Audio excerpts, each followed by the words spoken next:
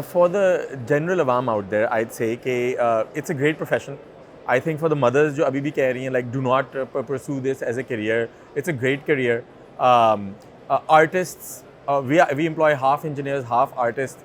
The salaries are on comparison to the local IT industry salaries, if not better.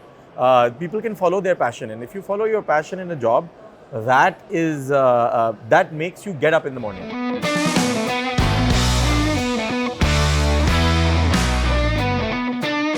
Hi everyone and welcome to the Fireside Chat at Daftarkhwan. We're at the ITCN lounge today and I'm happy to be hosting Mr. Ali Ihsan. My name is Sana Mela and I look forward to this conversation with Ali. Thank you so much, Ali, for being here with us. It's great to be here. Looking forward to the conversation. Thank you, thank you. We were pre-conversation. Ali used a word that he's a mascot for the gaming industry. So let's start with how does it feel to be part of the gaming industry and representing it in Pakistan? What is it that the layman doesn't know sitting outside right now? So I think for the general awam out there, I'd say it's a great profession. I think for the mothers जो अभी भी कह रही हैं like do not pursue this as a career. It's a great career. Artists, we employ half engineers, half artists. The salaries are on comparison to the local IT industry salaries, if not better. People can follow their passion, and if you follow your passion in a job, that makes you get up in the morning. Okay. So for the awam, that right.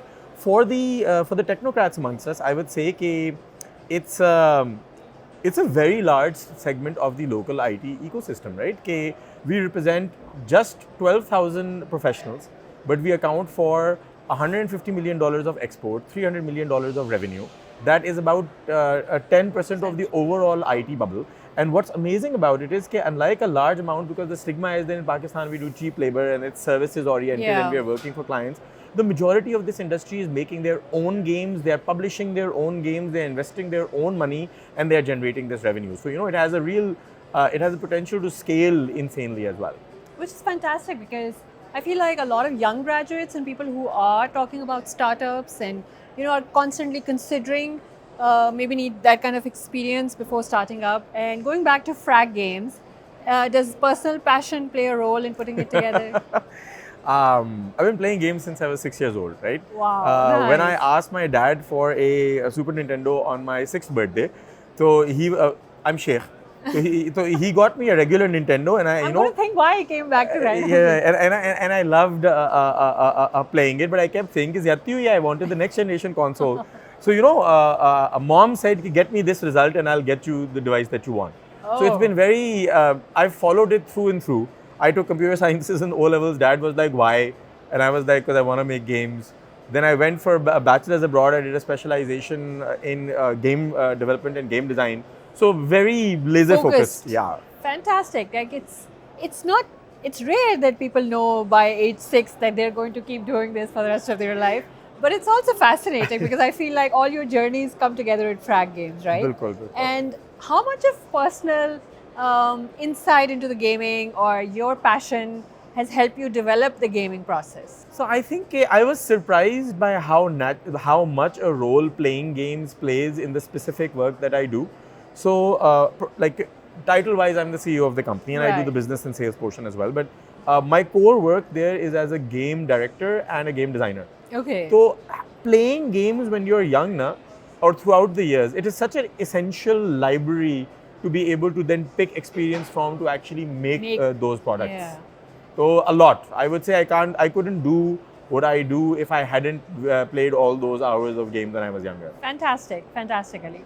So, we're talking about Pakistan right now, and it's great that you touched that we are the subsect of this tech ecosystem is representing 10% of the exports.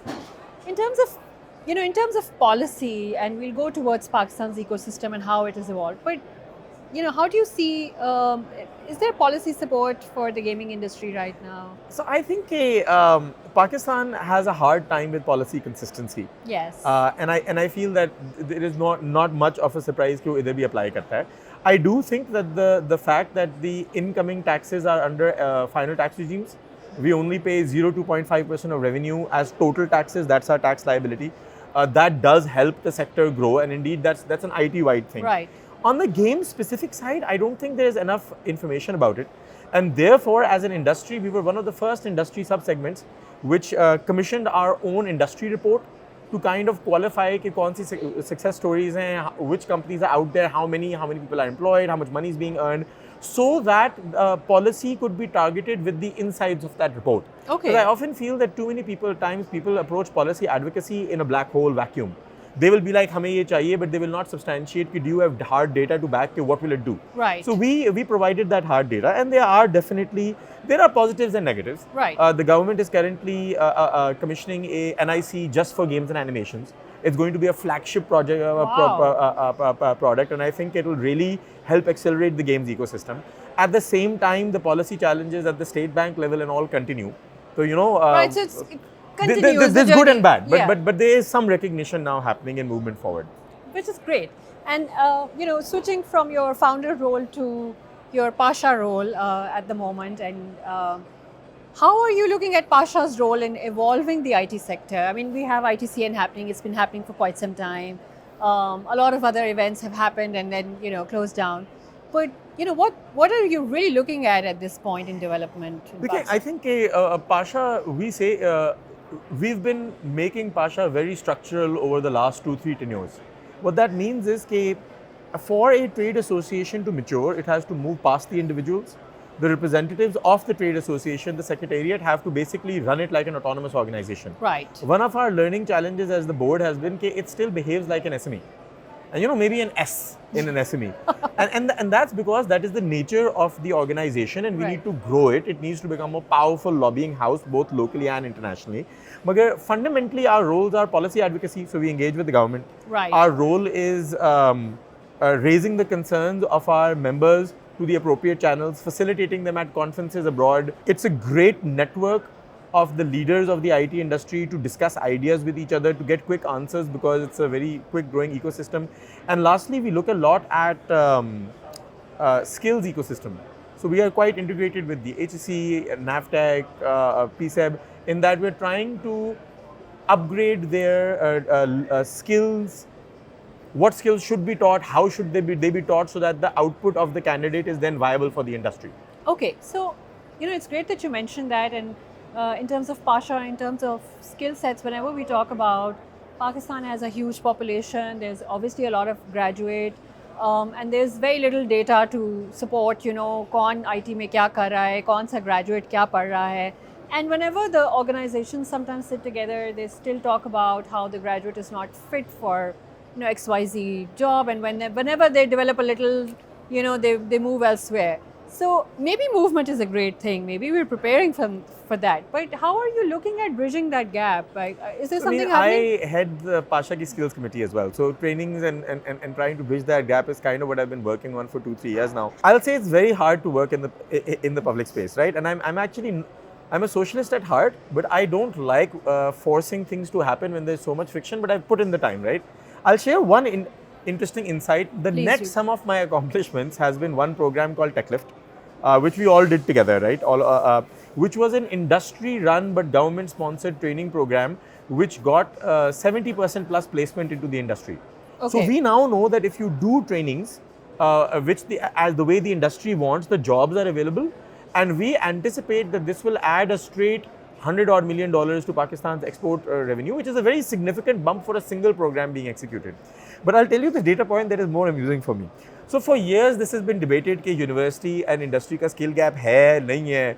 And I had large ambitious goals in mind, but I realized that this sab kuch nahi hone wala. So the one goal that I got pulled off early this year is that we ran the first ever standardized test for the students for ICT to see how do they rank.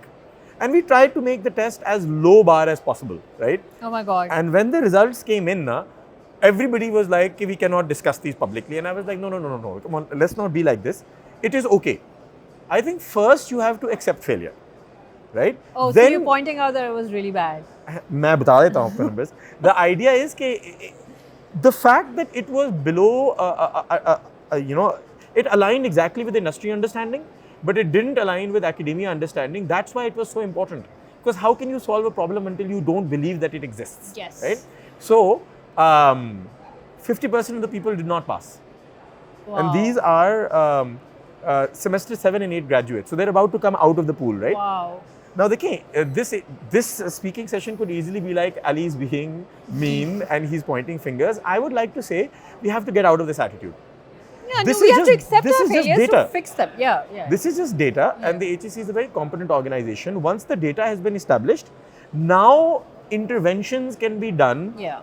We now have targeted data in terms of which universities need improvement, and I'm sure they have real challenges as well, right? Yeah. So those problems can now be addressed, and I think this is quite the micro achievement. Okay, you know, at No, least no, the data is transparently out there now. Thank you so much, Ali, for sharing this, because I think the one key takeaway is, and I hope HEC plays that role, but even if it's private sector universities or public sector universities, it's always good reflection for academia to think, where are we going wrong? Absolutely. You know, and whenever we meet academia, they have their own set of problems saying we are hiring PhDs.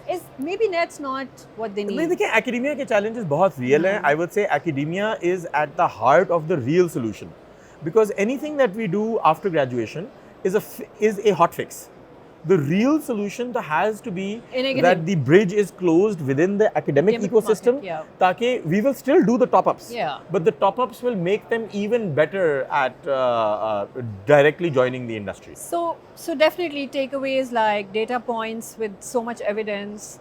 We're hoping that the academia takes them seriously, because honestly, if they don't, then we could keep going around this conversation, which Because we'll the be having hope the to last. that the government has committed to now making this test a repeatable national exam for Okay. ICT. Okay. And if that exam keeps happening, look, if currently the pass rate was say 48%, if the pass rate goes up by 7% in 1 year, that's a huge success. And I feel that the intent should be to keep taking the test and keep trying to do interventions to improve the results. In 2-3 years, we could make a significant impact if that's the mindset we attack the problem with. That's a great way of attacking a problem, and I think that's what we need right now in terms of policy and in terms of structural development. So, you know, let's move a little and come back to the startup ecosystem. In the last 1 or 2 years, of course, we've seen a lot of exits. The funding has dried up. There is sadness, and the sadness is trickling very down. real, It's bilkul. very, very real, and there's inflation, and there's all of that happening. How would you like to address that for people who have exited or cannot make the exit, or are just looking at the market right now? If you ask me my pragmatic opinion, it will probably be a lot harsher. But I feel that if you ask me for my optimistic opinion, as I said earlier, the games and even Frag, right? A kid wanted to make PC and console games based out of Pakistan, and kids did not have that opportunity. And right now, at least 2 companies exist which have PlayStation 5 ki dev kits. We are licensed partners, and now we have launched games on the store. 2022 October May, Frag launched Life in Willowdale, which was the Wow. first ever game on consoles released out of Pakistan, and we did it in the heart of these challenges, right? Okay. I would say that where there is a will, there is a way. Okay. We often say that the Pakistani IT industry will thrive despite the circumstances, not in spite the circumstances, right? And it has been doing that. It has been doing Yeah, that, right? yeah. I would say that there are aspirational stories wherever you want to look for them. And we have to, hope is important to sustain. So the messaging, I am not saying that we should not discuss the difficult issues. But for the next generation, it is important to be like, okay, business is still growing. You can work in your dream fields. And Pakistan is now, in my segment and otherwise, making products which are competing in the world. And that is happening despite all the challenges and the sadness, So right? somebody is doing it and तो constantly काम improving हो it. रहा हो रहा है, है. काम होता रहेगा. तो ये तो बड़ा अच्छा takeaway है. I don't mind taking the harsher bit a bit. Maybe package it nicely. I'll package it nicely. Yeah, I was mean- recently speaking at a forum, and there was a lot of representation of the State Bank, and I was presenting the games industry key report. Look, I can talk about the IT industry as well, but I am so integrated into the games industry that No, you're the right. hard takeaways are nice, right? Yeah. And I showed them a very interesting statistic. I said, look at this, there are 250 game companies in Pakistan, and about, the majority of them are based out of Lahore. And look at this amazing progress we've made, that in the last year, we've opened up 50 subsidiaries in Dubai, whereas previously they were under 10. And I paused and I said, what do you make of this information? The truth is that these are companies which are saying that we are taking our profit centers and expense centers abroad because there is ease of doing business in the international ecosystem. And believe you me, when these decisions were being made, itne patriotic people the in that group. We have a WhatsApp group for all the game companies that people were like, we don't want to do this. Ali, we need to find a way. We don't want to take the money out of Pakistan. There has to be a way to convince the stakeholders that we can do business as usual. So, dekhen, आप एक side से देखें, these are business people that are so patriotic that they want to keep the majority of those expenses. But the realities of policy making have forced us to set up companies abroad.